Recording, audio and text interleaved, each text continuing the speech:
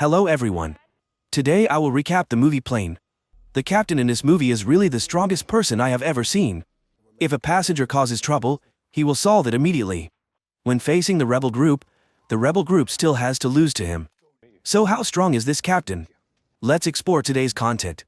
This is probably the most unfortunate flight in history. After the plane is struck by lightning, it crashes on an island occupied by rebels. This incident is just the beginning of a series of nightmares, as the captain must cooperate with an assassin to save everyone's lives. The story begins when a commercial flight lands at Singapore airport. Captain Torrance receives a call from his daughter Dania, who is expecting him to come home to celebrate the new year. He plans to return in time. Torrance quickly enters the cockpit and meets with co-pilot Deli, who informs him that the weather might worsen during the trip. Torrance contacts air traffic control to change the flight schedule, but his request is denied. There were only 14 passengers on the flight, and changing the route would waste more fuel. So he suggested that the pilots fly over the South China Sea, and they had no choice but to agree. However, things did not end there. When Torrance stepped inside, he encountered Officer Scarsdale, who was escorting prisoner Louis, a murderer who terrified the passengers. Torrance asked two flight attendants to calm everyone down. However, the situation became tense when some passengers showed unpleasant personalities, including a hot-tempered businessman and a couple who kept complaining about the plane. Another group of passengers, including two girls, had to give up their seats for Louis. This made them uncomfortable, and they took photos to document the experience of flying with a criminal. Finally, Torrance takes off. As he works, he and Deli talk about their families. However, things begin to change when they encounter a predicted storm. Torrance warns everyone to fasten their seatbelts and contacts air traffic control to report the situation, but receives no response. Suddenly, a bolt of lightning strikes the plane, causing everything to shake violently. Torrance goes to the passenger cabin to calm everyone down. At that moment, passengers' belongings are thrown about, and he tries to pick them up, announcing that it's just bad weather. Soon after, the plane shakes violently again, causing him to lose his balance and injure his head. He tries to return to the cockpit to contact the airline, but the navigation system fails as well. The storm gets worse, and another bolt of lightning takes out the plane's electrical system. Captain Torrance was trying to find the nearest airport to land at. The flight attendants told passengers not to leave their seats, no matter what. However, as the plane shook, Scarsdale's phone fell to the floor. He unbuckled his seatbelt to pick it up. Seeing this, a flight attendant rushed to help Scarsdale. Unexpectedly, at that moment, the plane tilted, causing both of them to be thrown into the air, where they hit their heads hard. After witnessing this serious accident, everyone is too afraid to move. Inside the cockpit, the Torrance decide to attempt a water landing, trying to land parallel to the water, to avoid a strong collision that could break the plane. Finally, they spot a small deserted island. With only a few minutes left before the engine completely loses power, they have no choice but to make an emergency landing on the island. However, this process is not simple, as most of the equipment is severely damaged. Fortunately, the heavens have not completely abandoned them. The Scarsdale spots a wide road ahead. Now, they have only 10 seconds before the steering system runs out of power. Torrance decided to dump all the fuel on the plane, to avoid the risk of a collision and explosion. However, because the right wing was stuck, he could not dump all the remaining fuel. Fortunately, Torrance made the effort and landed safely. Inside the cabin, everyone was panicking. Torrance and the crew quickly evacuated the passengers from the plane. A flight attendant saw Louis trying to pick up the keys. She quickly picked them up in front of him. Finally, at dawn, everyone was safe on the ground. They were happy to have narrowly escaped death, but they faced a new worry, because there was no cell phone signal. And they had to live with a dangerous person before being rescued and had to find a way to survive. The flight attendant gave Torrance a key, and this was the handcuff key of Louis, a criminal. Torrance reminded everyone to calm down, and Torrance and the members set up camp. Some passengers were upset and wondered why they couldn't sleep on the plane. Torrance simply replied that it was too hot. The flight attendant looked at Louis. Torrance and Deli were trying to fix the problem. They discovered that a piece of equipment had burned out, but the repair was taking a long time. Torrance returned to the plane to look for useful items and discovered Scarsdale's body on the ground. Torrance took Scarsdale's gun, and he also found a military knife in the policeman's pocket. He then looked at a map with Deli to try to determine their location. After some thought, they realized that it was Holo Island in the Philippines. Deli's face paled upon hearing this because he knew that this was the territory of a rebel group known for murder and pillaging. Torrance decided to hide this from the passengers to avoid causing panic. Before landing, he saw a building on the island and went with Louis to seek help, hoping to ease the fear and calm everyone. He uncuffed Louis, and the two of them went into the jungle. Torrance asked about Louis's past and learned that he was a military special forces soldier, but had been imprisoned for his mistakes. As the two men talked, everything suddenly went quiet. When Torrance returned, Louis was gone. While Torrance was away, Deli worked hard to repair the plane's engine and successfully restart it. Back in New York, the CEO of the airline was in a meeting about the missing Flight 119. The last signal from the plane was recorded in the Philippine Sea, where rebels were suspected. Since the military could not reach the area, they had to contact a private military to search and rescue the passengers on the plane. They hoped that everyone was still alive, because Torrance was a very good captain, a former Special Forces soldier. Once the aircraft signal was restored, the response team quickly determined the exact location and immediately notified the mercenary team. They began preparing to fly to the location. However, an islander saw the aircraft and reported it to the Datu, the rebel leader. He immediately ordered his men to search for it. Meanwhile, Captain Torrance continued alone to an abandoned house. There, he found a broken phone and began to repair it. Fortunately, he successfully connected and immediately called the mainland, but the other end of the line had no idea what he was saying. Torrance quickly called his daughter Dania to inform the local authorities of their location. Dania was very worried and immediately wrote down the information her father provided. Suddenly, Torrance was attacked from behind. Thanks to his military experience, he easily overpowered and defeated the attacker. He quickly destroyed the phone to protect his daughter. One of the rebels, who had drawn a knife, attacked. However, Torrance dodged and took down the attacker with a chokehold. Gunfire rang out again shortly after, and Torrance quickly took cover as footsteps approached. Luckily, it was Louis. He also gave Torrance a rifle. As they moved down, Torrance saw the bodies of the rebels that Louis had killed.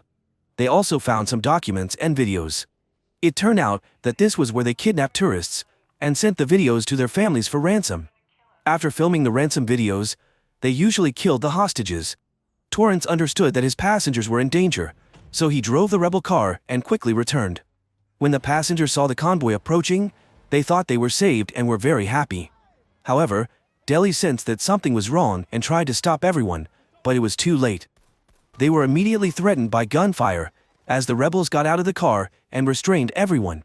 At this point, Torrance and Louis heard gunfire in the distance and knew that something serious was going on, so they decided to leave the car and go closer to the plane to observe. Datu, the rebel leader, questioned the captain of the flight but got no answer, which made him extremely angry. He asked Deli for the passenger list and asked about Torrance, but no one dared to speak. A girl tried to run away but was immediately shot dead. Her husband called for help but was also killed on the spot. The situation was truly panic, and the passengers did not dare to resist anymore. Torrance wanted to rush out to help, but Louis held him back, explaining that doing so would only put him in more danger. He was forced to wait patiently until most of the rebels left. With only 2 rebels left, Louis and Torrance searched the plane and took the passengers' belongings. Under pressure, the rebels revealed all the information they knew. They gave the leader's address. Louis ordered one rebel to drag a man's body into the woods. Torrance then boarded the plane again. Torrance cannot wait for the rescue team, so he decides to leave a message by writing information on a shirt in the cockpit before going to rescue everyone.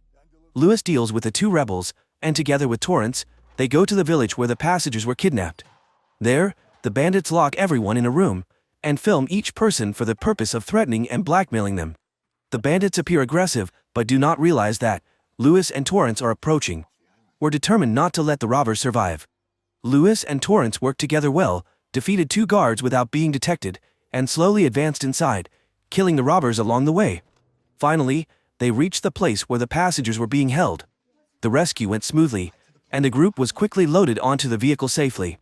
However, there was still a group of armed robbers ahead. If they acted carelessly, the risk of being discovered was very high.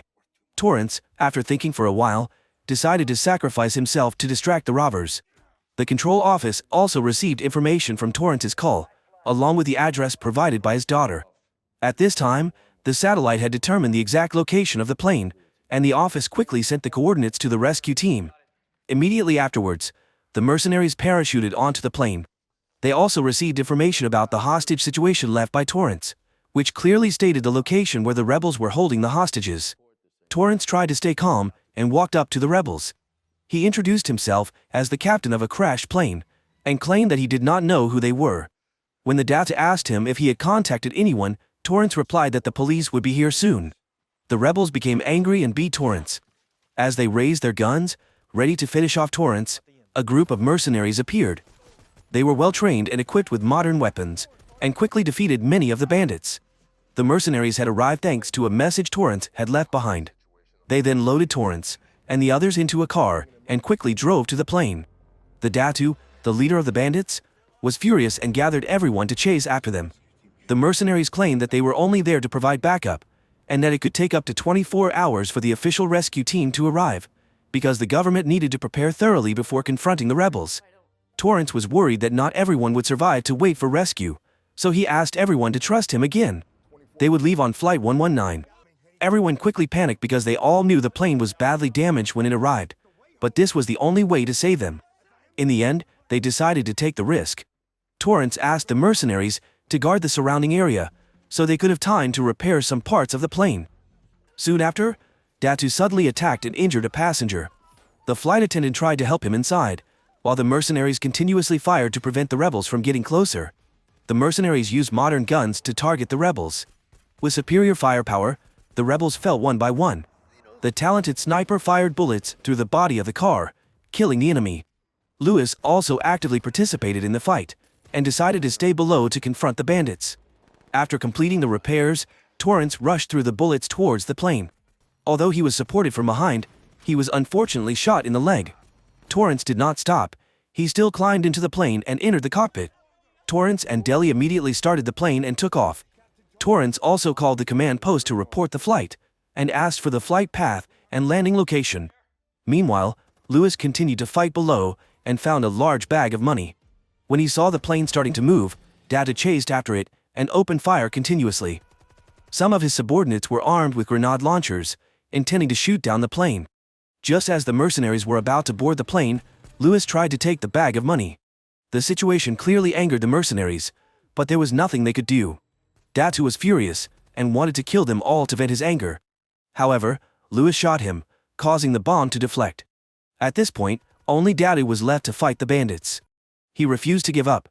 He took out a grenade launcher and stood in front of the plane, intending to stop Torrance. However, Torrance quickly took off, crashed through the flywheel, and stabbed him to death. Just then, a group of rebels arrived to help, but the plane was already flying high. Seeing that everyone was safe, Louis left with the money in his hand. However, the situation on the plane was still very dangerous, because one of the two engines had caught fire. Deli quickly shut down one engine, so that Torrance could fly the plane with the remaining engine. However, the thrust was so weak that they could not fly high. They were forced to prepare for an emergency landing. Finally, with the help of air traffic control, they found a nearby airport to land. Due to the accident, the plane shook violently and tilted to one side.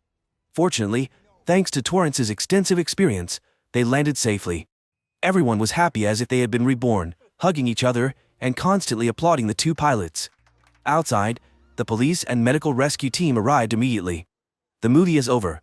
Thank you very much. If you found the video interesting, please leave a like and comment on what you thought of the movie.